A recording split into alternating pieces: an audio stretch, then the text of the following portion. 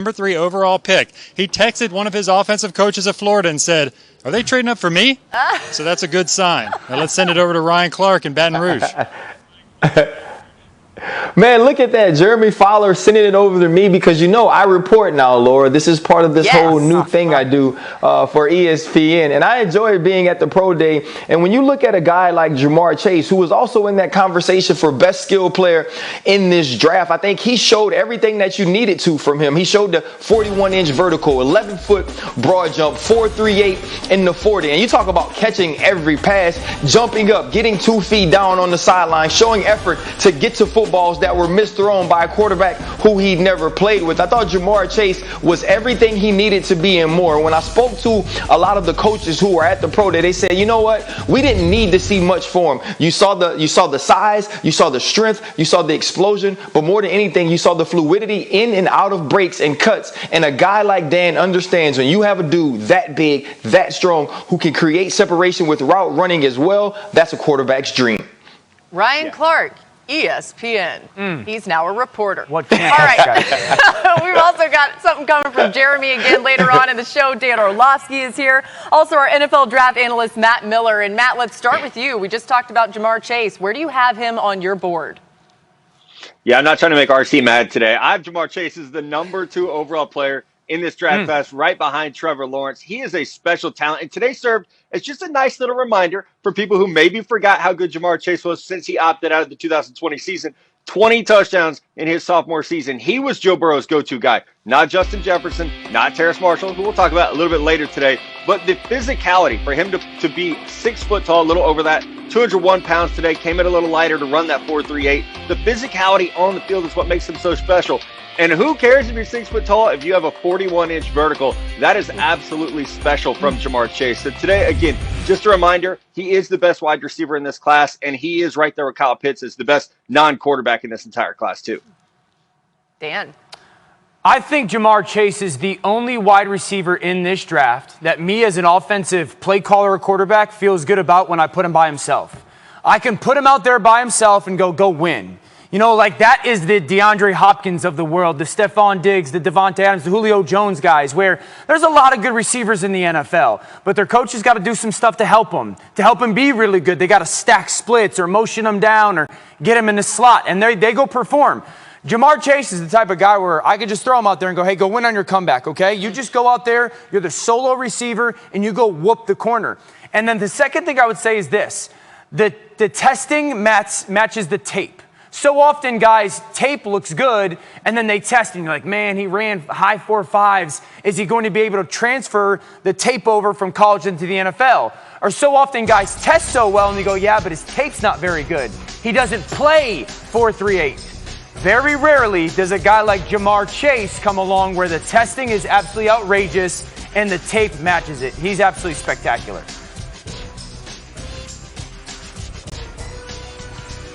Yeah, we're actually seeing Kyle Pitts running right there. Let's actually transition to that and talk a little bit more about Kyle Pitts, because I think when you think about what the conversation around today is going to be, it has a lot to do with him as well. Let's see Mel's big board one more time, and when you see it, you can see Ja'Marr Chase at that number 4 spot. Not many guys above him, but one of those guys is Kyle Pitts.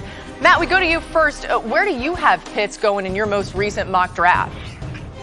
Yeah, I have him going number 4 to the Atlanta Falcons. I know there's a lot of conversation. Should Atlanta draft a quarterback? Does he fit this scheme? I think he would as a pass catcher. We have to not think about him as a wide tight end who's going to open up the run game. They have Hayden Hurst to be that blocking tight end. What they need is another pass catcher in this offense. If you're going to stick with Matt Ryan for 2 more years, and his contract kind of suggests that they're going to, you've got a little bit of an aging of Julio Jones. If you put Kyle Pitts in this offense, you're getting back to having 3 elite pass catchers. You're giving Matt Ryan those targets to now open up the field. We know they're going to bring the power run game element in with Arthur Smith as the head coach, but I think Kyle Pitts, 4, 5 to Cincinnati, 6 to the Miami Dolphins. His range is 4 to 6. It's very, very small, and he will be one of the first pass catchers off the board. Tim or Ja'Marr Chase will be the first guy off. Yeah, Ryan, a lot of people talking about Kyle Pitts as maybe actually the best player in this draft. I understand why he's not going to be the number 1 overall pick, but sure. When you watch that level of skill and how he plays, where would you rank him?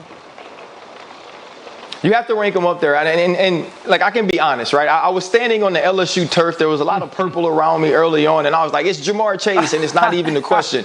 But now I'm going to put my true analyst hat on and think about being a free safety. And then you think about the range that Kyle Pitts has, right? You also add the height to that. Now, let's think 4.38 and 4.44. And in a vacuum, if these guys are racing to win a gold medal, then you say, okay, Ja'Marr Chase wins. But now you have to add the height. You have to add the catch radius. You have to add the weight, and you put all these things together and you realize what type of matchup problem Kyle Pitts is. If you put him outside and now he's matched up on a corner, he has a bigger body. He's too fast for inline linebackers and too quick in and out of cuts. And so he's just such a matchup problem. I think he's kind of like the inverse to what Dan was talking about earlier. Yeah, it's good to have a Ja'Marr Chase that you don't have to scheme up a way to win, but it's also great to have a Kyle Pitts where you get to sit in your office on Monday night when you're putting your game plan together and go, you know what? If I put him out here, he's too big for this corner. If I keep him in line, he's too good for this linebacker. If I put him at number 3 and we have a slot outside of him, he's going to get matched up on the nickel corner or the dime safety, and he can beat him.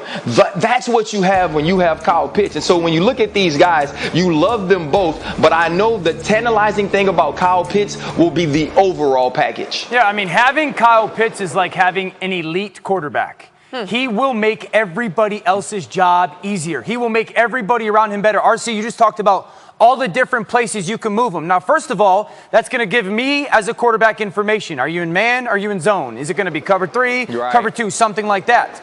Now, if you're going to pay attention to Kyle Pitts, well, then your number 2 receiver, he's got a better matchup. Your number 3 receiver, he's got a better matchup. So his impact is absolutely spectacular. It's Travis Kelce. Okay, it's Travis Kelce with the Kansas City Chiefs, and how Kelce is moved around, and Patrick knows, all right, it's man coverage. Now, this guy's wingspan is absolutely, I don't know if you guys saw this today. This guy's wingspan is 83 inches and 3/8 of an inch, okay? I'm not a math major. That's like 7 feet, bruh. That's like 7 feet. As a quarterback, just throw it anywhere remotely close to his body, okay? Because you know it's going to get caught. That being said, I love him. I don't like him to Atlanta. I don't like him to Atlanta, Matt, because Atlanta's going to a run-first scheme, play-action pass second scheme, and then third kind of drop-back, matchup-based oriented. If he's going to go beat Kyle Pitts in the NFL that we saw at Florida, they've got to use him like Andy Reid uses Travis Kelce, like Dan Mullen used him down in Gainesville. Yeah, and I like him as a Darren Waller. You know, he's not a bad blocker, but he's not Travis Kelce. But I'll say this, Dan.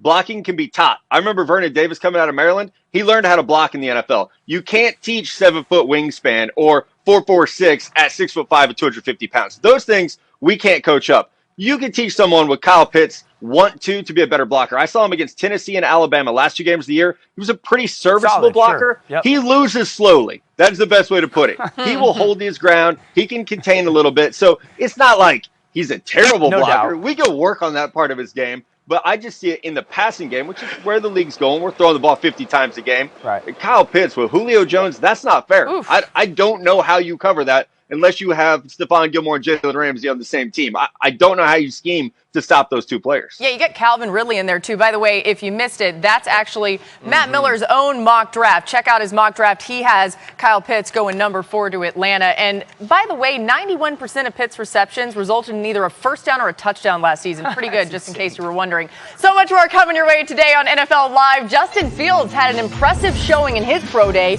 but there's a myth he wants to dispel right now. Find out why one of us here was thanking this quarterback yesterday. Plus, the thing that the Packers didn't do that's leaving the door open for Aaron Rodgers to walk right out of Green Bay. Is it Green Bay or Rodgers himself holding the power? We'd love to tell you later on NFL Live. Man, it's a busy day.